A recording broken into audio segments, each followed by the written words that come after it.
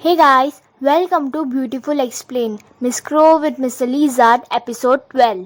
कहानी की शुरुआत में हमें दिखाया जाता है कि चेंग यांग एंड मिस्टर गू एक गाड़ी में बैठ के जा रहे हैं।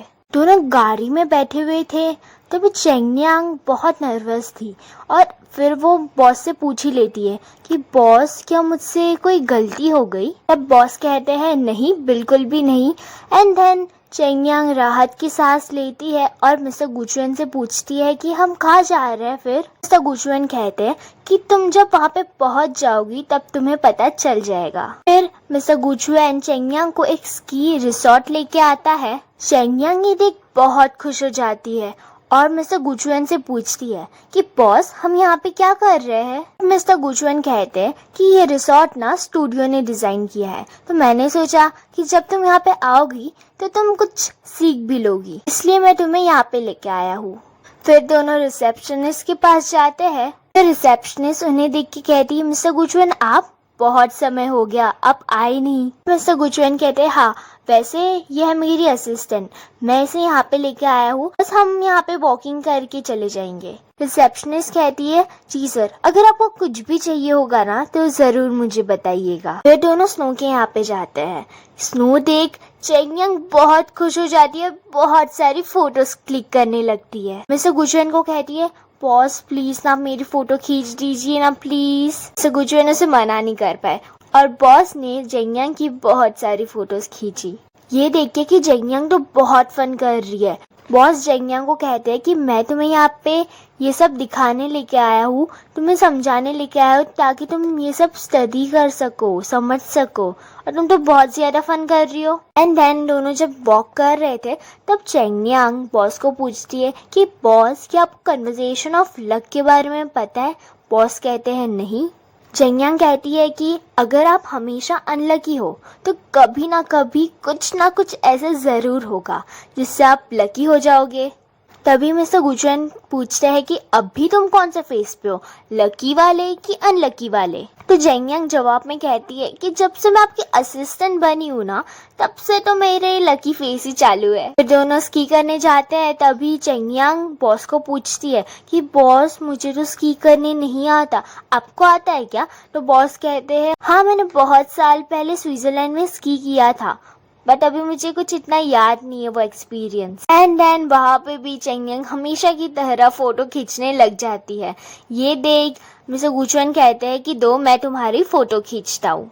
फिर चेंग यांग जो है वो स्की पे खड़ी हो जाती है और बॉस को कहती है कि बॉस अभी मेरी फोटो खींची। इतने में ही चेंग यांग की जो स्की है वो स्लिप हो जाती है एंड मिस्टर गुचुएन जो है उसे बचा लेते हैं। फिर वो गोल गोल गोल गोल गोल गोल होके एक साइड में हो जाते हैं। फिर मिस्टर गुचुएन के हाथ में जो वॉच होती है उसमें जो डिग्रीज होती है ना वो बढ़ती जाती है। वहाँ पे बहुत सारी लाइट्स लगी हुई थी। जैसे ही मिस्टर गुचुएन का हाथ उस लाइट पे टच होता है वैसे ही सारी लाइट जल जाती है।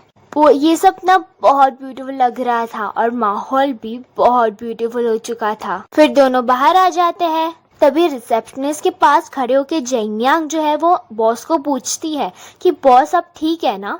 तभी बॉस कहते हैं हाँ, पर तुम ये पूछ क्यों रही हो।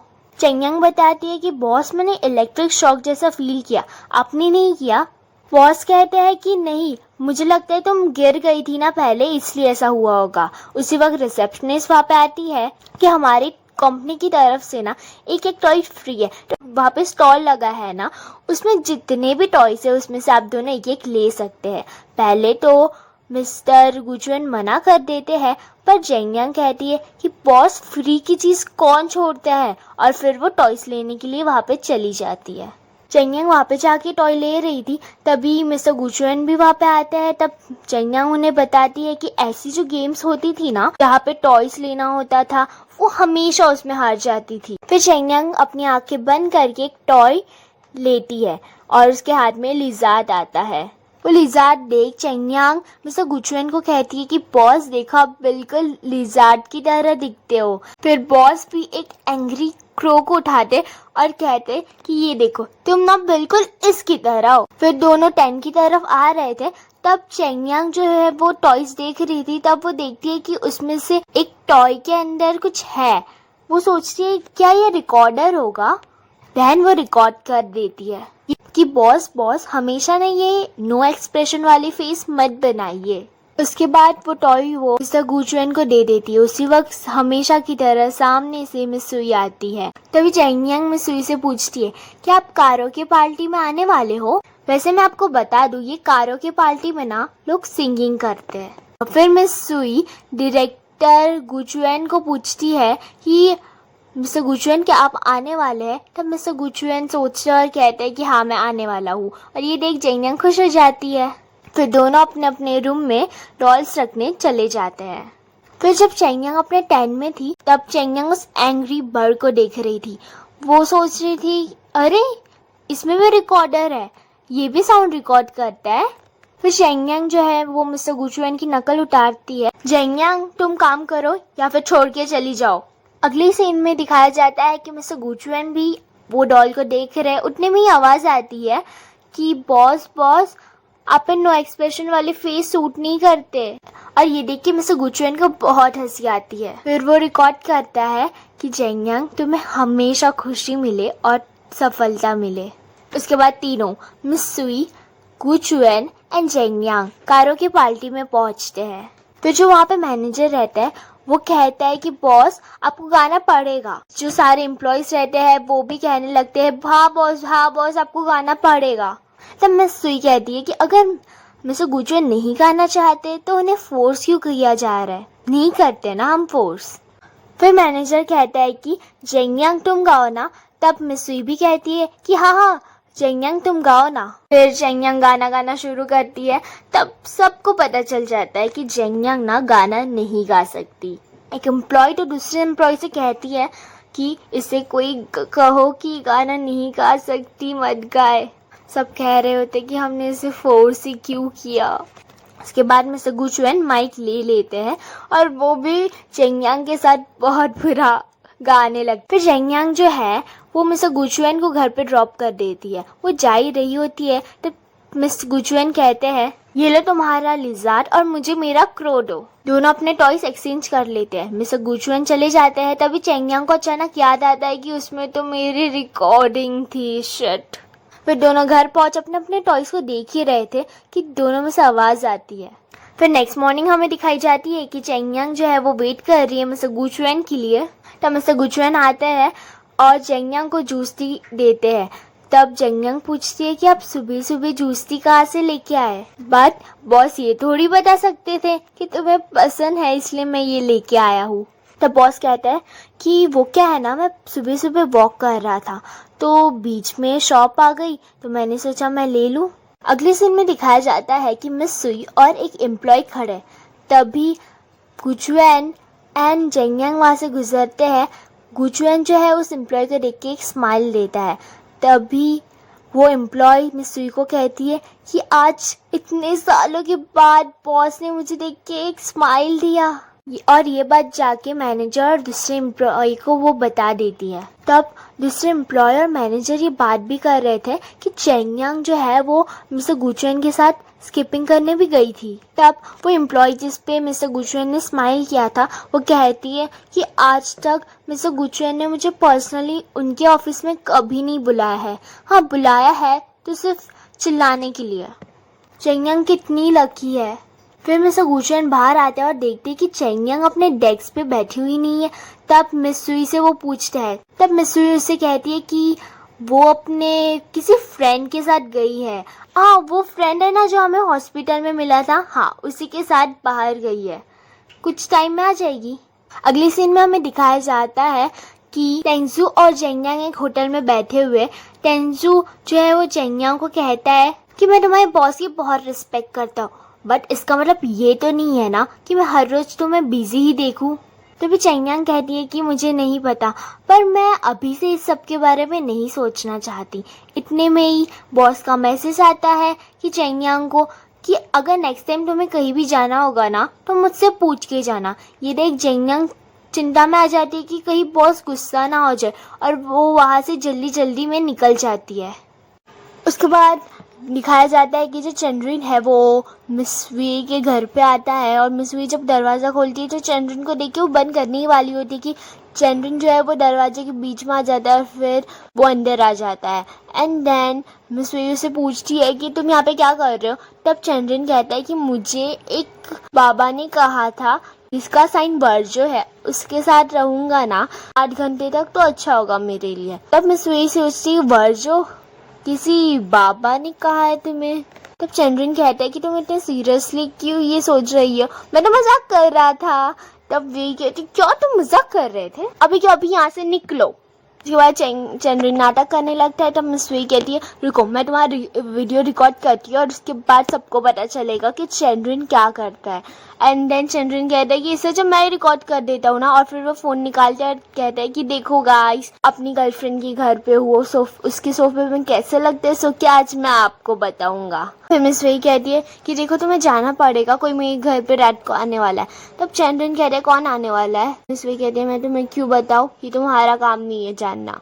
तब चंद्रन कहता है मैं जस्ट सवाल पूछ रहा हूँ बताओ ना। तब मिस वे कहती है कि जेंगयांग आने वाली है। इसके बाद मिस वे कहती है चंद्रन को कि ये जो फ्लावर्स है ना वो ब्रूम होने ही वाले हैं। तब चंद्रन कहता है कि इतना ब्यूटीफुल मोमेंट तुम जेंगयांग के साथ देखोगी, इस समय तो मुझे भी यहाँ पे होना चाहिए ना, वैसे मेरे पास प्रोफेशनल इक्विपमेंट है तो हम सब ना साथ में देख सकते हैं। तो मिस वे भी इस बात में मान जाती है। एंड देन चंद्रन जो होता है वो एक साइड में जाके मिस्टर गुचुएन को कॉल करता है और फिर मिस्टर गुचुएन को पूछता है कि क्या तुम फ्लावर्स को ब्रूम होते हुए देखना चाहते हो। तो मिस्टर गुचुएन कहते हैं कि क्या तुम नशा करके आए हो क्या, रात को कौन देखता है। तब चंद्रन कहता है देखो हमने रात को तो कभी देखा नहीं है तो आज रात को भी देख लेते हैं ना। बट यहाँ पे मिस्टर गुचुएन मना कर देते हैं। बट जब उसे पता चलता है कि जेंगयांग भी आने वाली है और चंद्रन भी उसे समझा रहा था कि देखो जेंगयांग मिस वेई और हम तीनों यहीं पे रहेंगे, मैं नहीं चाहता कि जेंगयांग हम दोनों के बीच में हड्डी बन जाए, मैं थोड़ा सा टाइम स्पेंड करना चाहता हूँ वेई के साथ। और फिर मिस्टर गुचुएन मान जाते हैं। फिर सारे इक्विपमेंट लेके मिस्टर गुचुएन एंड चंद्रन दोनों मिस वेई के घर पे जाते हैं। जैसे ही दरवाजा खोलते हैं तब पता चलता है कि जेंगयांग तो वहाँ पे पहले से मौजूद है। तब जेंगयांग मिस्टर गुचुएन को देख के बोलती है बॉस आप यहाँ पे। तब बॉस कहता है कि मुझे चंद्रन ने कहा था ये प्रोफेशनल इक्विपमेंट चाहिए थे उसको, तो मैंने सोचा मैं ही क्यों ना लेके आऊँ। फिर वो लोग फ्लावर्स ब्रूम होते हुए देखते हैं एंड मिस वेई कहती है कि चलो चलो फोटो खींचते हैं। फिर कैमरा सेट कर ऑटो पे लगा कर, तो जैसे ही कैमरा जो है वो पिक्चर कैप्चर करने ही वाला था, चंद्रन जो है वो मिस वेई को किस कर देता है। एंड देन मिस वेई चंद्रन को थप्पड़ मारती है और सारे फोटोज इतने अजीब आए कि फर्स्ट फोटो में वो उसे किस कर रहा है, सेकेंड फोटो में वो उसे थप्पड़ मार रही है और उसके बाद तीनों अपने अपने घर पे चले जाते हैं। नेक्स्ट दिन दिखाया जाता है कि मिस्टर गुचुएन एंड सारे एम्प्लॉयज मीटिंग कर रहे हैं। तब मिस्टर गुचुएन एक प्रोजेक्ट जेंगयांग को देते हैं और कहते हैं कि तुम इस प्रोजेक्ट में मिस सुई की हेल्प करोगी। ये सुन जेंगयांग खुश हो जाती है क्योंकि प्रोजेक्ट बड़ा भी था और काफी इंटरेस्टिंग भी था। मिस्टर गुचुएन उससे कहते हैं कि एक काम करो तुम मेरे साथ आओ। बॉस जेंगयांग को कंस्ट्रक्शन साइट पे लेके जाते हैं जहाँ पे मिस चेंग की आर्ट गैलरी बन रही है। तब बॉस जेंगयांग को कहते हैं कि जो तुम्हारा आइडिया है वो कुछ दिनों में तुम्हारे नजरों के सामने होगा, कैसा लग रहा है तुम्हें। तब जेंगयांग कहती है ऐसे लग रहा है जैसे कि मैंने कुछ अचीव किया है, अब मेरे फोटो खींचोगे। जेंगयांग अपना मोबाइल निकालती है और देखती है कि उसके मोबाइल में तो बैटरी खत्म हो चुकी है। मिस्टर गुचुएन कहते हैं कि एक काम करो मैं अपने मोबाइल से फोटो खींचता हूँ। फोटो देख जेंगयांग कहती है मिस्टर गुचुएन को कि बॉस ये तो बहुत अच्छे हैं। उसके बाद नेक्स्ट सीन में हमें दिखाया जाता है कि चंद्रन जो है वो अपने पापा के घर पे पहुंचा है। वो गाड़ी में बैठा था और गाड़ी से निकलने ही वाला था कि वो देखता है कि सामने से एक गाड़ी जो है उसमें 2 लोग बैठ के जा रहे हैं। उसे उसमें से एक आदमी की आंखों को देख के ऐसा लगता है कि मैंने इसे कहीं तो देखा है और उसके बाद वो घर के अंदर चला जाता है।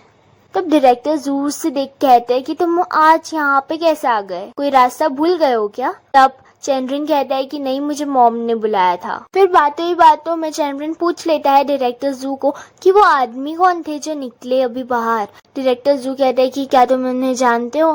तो चंद्रन कहता है नहीं। तब चंद्रन कहता है कि मुझे इसे ऐसा देख के लगा कि मैंने इसे कहीं देखा हुआ है। और चंद्रन को याद आ रहा था कि जब वो मिस वे के साथ था तो एक आदमी आया था स्टिक लेके उसको लूटने के लिए। अगले सीन में दिखाया जाता है कि जेंग कुछ काम कर रही है, तब मिस सुई और मिस्टर गुचुन बात कर रहे हैं और बात करते करते जेंग के पास आके मिस्टर गुचुन कहते हैं कि हमें अभी बाहर जाना होगा, तुम हमें ड्राइव करके लेके चलो। फिर उसके बाद वो लोग नीचे कार के यहाँ पे आते हैं। जेंग कार में बैठती है और मिस्टर गुचुन जेंग के बगल वाली सीट पे बैठ जाते हैं। ये देख मिस सुई का चेहरा उतर जाता है और वो फिर कार में बैठ जाती है। नेक्स्ट सीन में हमें दिखाया जाता है कि जेंग एक तालाब के यहाँ पे खड़ी है। तभी एक लड़की आती है जिसके हाथ में कैमरा था और वो उसकी फोटोज खींचती है और फिर वो उसके पास आके कहती है कि सॉरी मैंने तुम्हारी फोटोज खींची।